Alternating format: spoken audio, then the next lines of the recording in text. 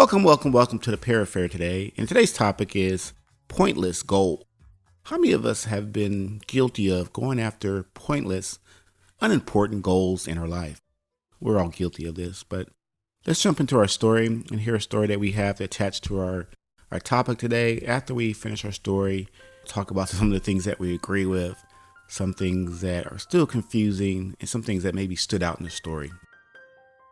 And here we go. A farmer had a dog who used to wait by the roadside for vehicles to come by. As soon as one came by, he would run down the road, barking and trying to overtake the vehicle. One day, the farmer's neighbor asked the farmer, "Do you think the dog is ever going to overtake those vehicles?" The farmer replied, "That's not what bothers me. What bothers me is what would he do if he ever caught one?" I'm just thinking, and the things that we'll go with some things that are kind of I agree with. I agree with a lot of things that the story has represented. Is sometimes we do go after goals that really aren't that important, chasing whatever looks good at the moment. We tend to just walk around and, okay, I want to do this, and then I want to do that, and then we get into it, then realize, I really don't want to do that. Then you realize this, I don't want to do that anymore. I don't want that anymore. And then I see people all the time, and I see myself, not just people, I see myself all the time. We'll start a goal, and it gets too hard, and then we quit. We're all guilty of that. We don't know what it takes to get that goal. We don't know what it takes to reach that level. And we always see people who are, I say, so-called successful, because we don't know what's going on inside of them. And we perceive that they have everything together. And we go, I want to be just like that person. I want to be just like that person. But we don't see the nuances of their day and the things that they have to put in to obtain their goal. And I'm all about obtaining goals and going after certain goals. But I've always learned, and I learned this about 15 years ago, that your goals, you have to have a few things attached to them. A lot of times we're just out there and we have goals, but you got to put a date behind your goals. You got to have a particular amount or time that you want to put into your activity or things that you're chasing every day. And just like this podcast, one of my goals is every day have something up there. And what happens is it gets hard, because at this moment right now, I have a lot of time on my hands. And so I don't have that structure in front of me to say, okay, at 10 o'clock, I need to record. At 9 o'clock, I need to record, because I get distracted with other things. But my goal is to make sure that I help someone every day. And if I don't get the podcast up there, I'm not helping someone. And I like to get the podcast up 10 o'clock on that night. And so the next morning, people have something to listen to when they go to work or when they're at work or whatever they're doing. So that's one of my goals.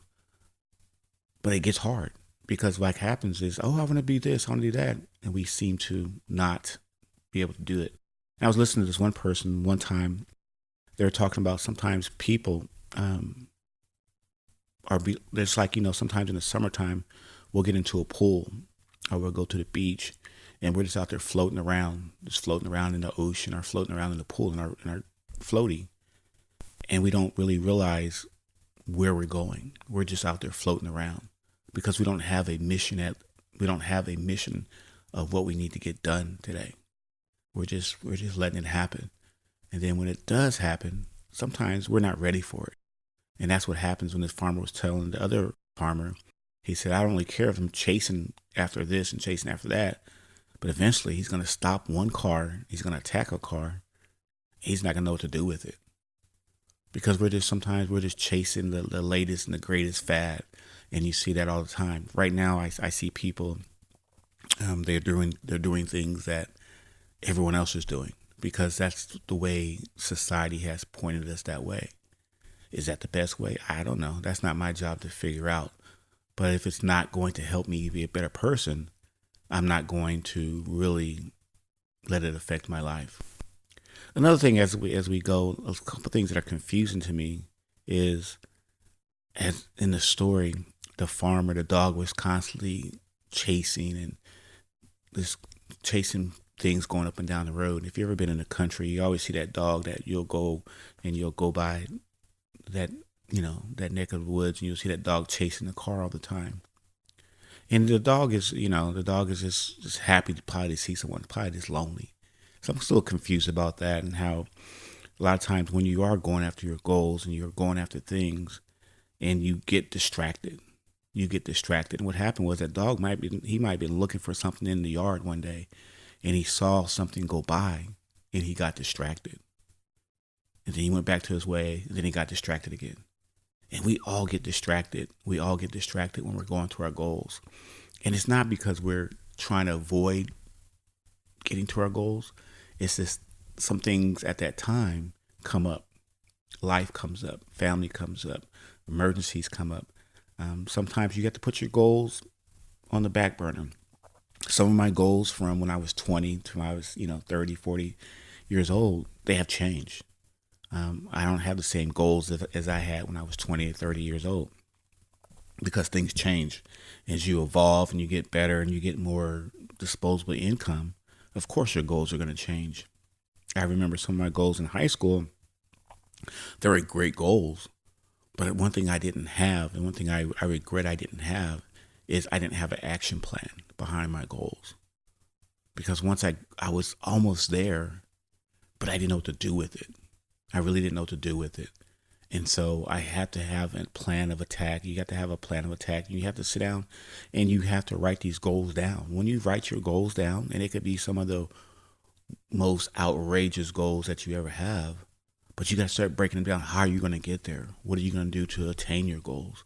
Because what happens is you'll look up 15, 20 years from now and you won't have anything accomplished. But if you write these things down, and every day that you chip at it and chip at it and chip at it, eventually you'll get it. But it just takes time. It just takes time. And one thing that you have to do, and I have to do myself, is make sure that the goal is something, it's not an easy attained goal. You want to have something out there that's going to really, really, really get you going every day, waking you up and say, okay, this is what I'm going to do. And one of the things I've done with some of my finances is I have a 90, 90, 90, 90. I have 4 90s. We have 365 days, but I chopped it up into 360 days. And every 90 days, I'm paying off something. I am paying down debt. I'm paying something off in 90 days. And that's my goal. That gets me motivated. That gets me wanting to do more. That gets me a little bit more focused. Because what happens is you get a certain amount of money and you throw it on this credit card and you say, okay, that's taken care of. But eventually you want to get rid of those credit cards. You don't want those credit cards around. So I have this 90. If I figure that's 4 things I'll pay off in a year. And if I have 8 things that I need to pay off the next couple of years, I'm good. So that's what you're trying to do is with these goals is you have to have a plan behind it. You just can't say, okay, I'm going to pay this off, and then you don't know how you're going to do it. And at this time, the 90, 90, 90, whatever I'm doing, it's kind of hard. And it's not easy because you got to put a certain money aside each day. And but I see the results already. I've already paid down a few things. And the stress in my shoulders, the stress in my body is leaving because I don't have these financial obligations. I may not have the money in the pocket, but I don't have that bill coming into my mailbox. And I'm not obligated to have it because like today, I got a bill. I paid it off already, but they sent me the statement anyway. And I was going to see if they, caught up with my payments. I can check with it online. But it showed that all the little payments I've made, every day. I made payments every day, and it's done. And it made me feel really good that I won't get this bill anymore. I won't get them, the high interest or whatever they're charging or low interest, whatever it is. It's done, And so it feels good to actually put action behind what you're saying. Because like I keep saying over again, easy to say, hard to do. And I was listening to one person, they were talking about how people who have goals, they will accomplish them a lot faster if they're written down and they're really precise goals. And people understand what they need to get done each day. Because when you go to work, you start your car up, you take the public transportation, whatever you need to do. You can't just be floating around out there. You have to have when you go into that job, you really have to be focused on what you need to do, because when you get to the job, you're going to be distracted a little bit. And I was listening to someone, they was talking about how one of the relatives is having a hard time at work, having a really hard time at work. And I'm thinking to myself, and I tell myself when I go to work, do what you have to do, give 110%, and then when you leave it there. And I know it sounds like, you don't care about your job, but you're going to have to, because you have to have a different life when you come out of work. Enjoy your family, because if you bring it home with you, if you bring your work home with you, it's going to affect your family, it's going to affect you, and that's that burden. And I always tell myself, it'll be there when I get back. I'll make sure that everything's taken care of, but I'll move on to the next problem and the next problem after that. But if you're constantly worried about work and you're at home, and then you're at work and you're worried about home, your mind is always somewhere else. You're always chasing happiness somewhere else. And you have to get back to the point where you are enjoying yourself at home. Because when you're at home, that's the time you relax. That's the time you have fun. That's the time that you enjoy the people around you. Home is supposed to be a place where you're resting. You're getting ready for your next thing, and you're planning your next plan of attack. So as we go out and we look at things, and there's some things that are still confusing to me about setting goals. Like, what's the most important goal? Like, when you're setting goals, sometimes what you think is important really isn't important. And one thing I do with my credit cards or whatever is this is the one I always attack first, is the one with the highest interest rate. And I've heard this before, don't worry about the interest rate, or do worry about the interest rate. Get the small ones out first and do worry about the large ones. But I always try to get the ones with the largest interest rate, because you'll pay more a month on those. And I'm trying to really get myself together with that. And it's working. It's working. It's just hard. It's just hard, to be honest with you. Paying down debt and paying down mortgages and all this other stuff, it's hard.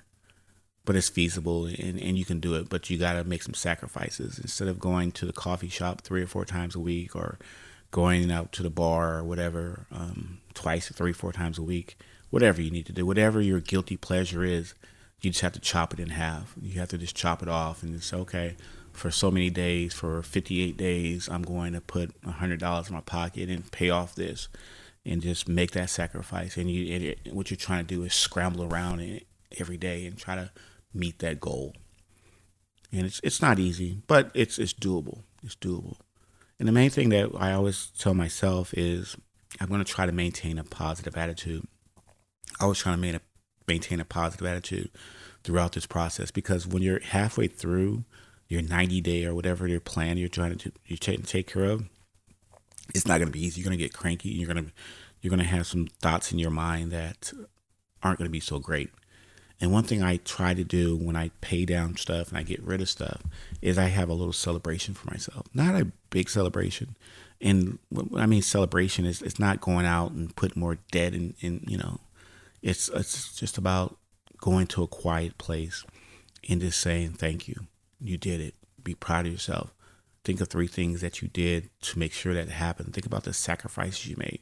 Think about how you feel at that time. And lastly, how's that you not having that debt helping your family? And as we talk more and more and more about in this podcast about getting better and better each day, it's every day you have to wake up and you have to have a plan. You just can't be running up and down the sidewalk chasing whatever comes along with you, because you'll never get anything done. You're never going to get anything done. One thing I try to do is every day there's a little home improvement business project. I try to get at least one thing done at my home, and I try to get one thing done at my business. And what I mean by that is, not some things take longer, but I would try to get things done. What I mean done is it's done completely and it's done right. So I put the time and effort in everything that I'm doing to make sure it is done right, so I don't have to come back again and do it again. And it makes you feel good that it's there. A couple months ago, we had a water break in one of our pipes, and it was running down the sidewalk, and we patched it up, and it was still running, and then eventually we fixed it right. But I always look over to that where that water is running down, and I always tell myself, good job, keep it up, move on to the next project. It's great you fixed that, be proud of yourself, but let's just keep moving. Let's get on to the next project. Because a lot of things that we can accomplish, we have to be smart about it. We have to be smart about it, and you can do it. But you got to put the time into it, do the research, follow directions, and you should be fine. You should be fine. But like I said, every day that you wake up, don't just be running down the sidewalk chasing this, chasing that, chasing this diet, chasing this food plan, chasing this, chasing that. It's fine if you want to be on a diet, if you want to eat healthy, whatever you do. But don't get into it 20 minutes and then 30 minutes, you change your mind. You can't be wishy-washy. Because like the guy said, the farmer says, eventually he's going to catch something. He's not going to know what to do with it. And I see this all the time. We catch something and we're not mentally ready. So as you wait for your goals and as you work on yourself and you keep working and working, get yourself mentally prepared to obtain these goals. And you keep telling yourself, yes, I can do this. Yes, I will accomplish this. And one thing I do, and one of my little things that I do is always keep that, and they call these people, I call these people the haters. You call them whatever they want to call them. People that always think that you're never going to accomplish anything. And you keep them right in the back of your mind. And you visualize that person's face when you do accomplish something. When you do accomplish something, and you want to picture their face and how they look when you don't have to show them, but when they hear that, oh, such and such is doing this, such and such is doing that. And so that's what kind of motivates you to keep going and keep pushing yourself day in and day out. Because, to be honest with you, there's only like a handful of people who really want you to do well in life. And then once they get you there, they're going to say things about you. They're going to talk about you and whatever. But your job is to block out that noise and keep getting bigger, better, and stronger. All right. Well, once again, thank you for joining us on the Pear Affair. Hopefully our story about the farmer's dog chasing cars up and down the street and having no goal in mind help some people out there. And as you go out there today and you make yourself bigger and better and stronger, just remember, have a plan before you go out there today. Don't just go out there floating around and you get nothing done. So every day, try to accomplish something, get stronger, better, and we will see you on the next one. Bye-bye.